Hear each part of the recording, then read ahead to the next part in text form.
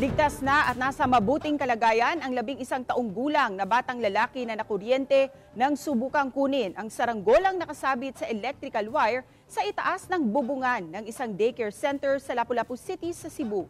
Ang detalye sa ulat ni Luan May Rondina ng GMA Regional TV, Balitang Bisdak. Sa video na kuha ng isang netizen, makikita ang nakahigang bata sa bubong ng isang daycare center nitong Huwebes. Dali-daling umakyat sa bubong ang ama ng bata kasama ang tiyuhin at isa pang kapitbahay. Isa sa mga tumulong ay si Marvin Arisgado. Wala may kanang kwarato, gialsar na mo. Wan mi kahibaw sa imong buhaton, gialsar na mo. Ayon sa kalaro ng biktima, nasabit sa electrical wire ang pinalipad nitong saranggola. Anin ko nga, ayan ang kuha na. Nagpadayan magsyagsaka. Yan ang pasagdanan ako siya, magkat-kat.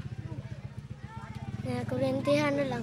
Ayon sa ina ng isa sa mga kalaro ng biktima, ilang beses na umano niyang pinagbawalan ng bata maging ang ilang mga kalaro nito na huwag magpalipad ng saranggola. Kapila na badlungon sa iyahang ina-ina, pero dili man na magpatuo. Kapila ko na badlungan. Agad namang rumisponde ang mga tauhan ng Lapu-Lapu City DRRMO at isinugod ang bata sa Lapu-Lapu City Hospital.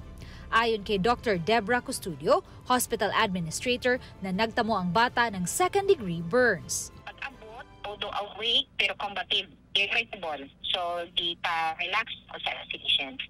Regulated ang pagpapalipad ng saranggola sa lungsod ng Lapu-Lapu batay sa City Ordinance, lalo na sa mga lugar na malapit sa Mactan Cebu International Airport. Positive ko ma'am nga na-disseminate gina nila ang kuan ang kana nga informations nya. Wala dili gini first time gid nga ordinance dugay na gini siya. Para sa GMA Regional TV Balitang Bisdak, Luan May Rondina, nagbabalita para sa GMA Integrated News.